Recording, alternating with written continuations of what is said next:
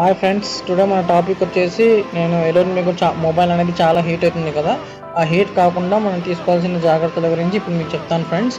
చూడండి, అయితే మనము దీని గురించి చెప్తున్నాను. ఫస్ట్ మనం సెట్టింగ్స్ అనేది ఓపెన్ చేసుకోవాలి. మన మొబైల్లో సెట్టింగ్స్ అనేది ఓపెన్ చేసుకున్న తర్వాత ఇక్కడ మనము వైఫై స్కానింగ్ అని సెర్చ్ చేయాలన్నమాట.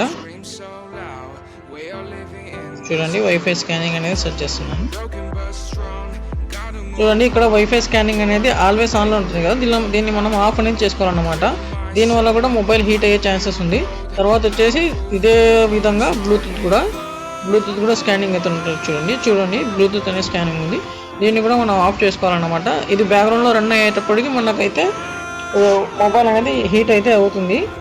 అండ్ ఇదే విధంగా మనము వైఫై మొబైల్ డేటా మనకు కావాల్సినప్పుడు యూజ్ చేసుకొని తర్వాత మనము ఆఫ్ చేసుకుంటే మన మొబైల్ అనేది హీటింగ్ ప్రాబ్లం అనేది తగ్గుతుంది.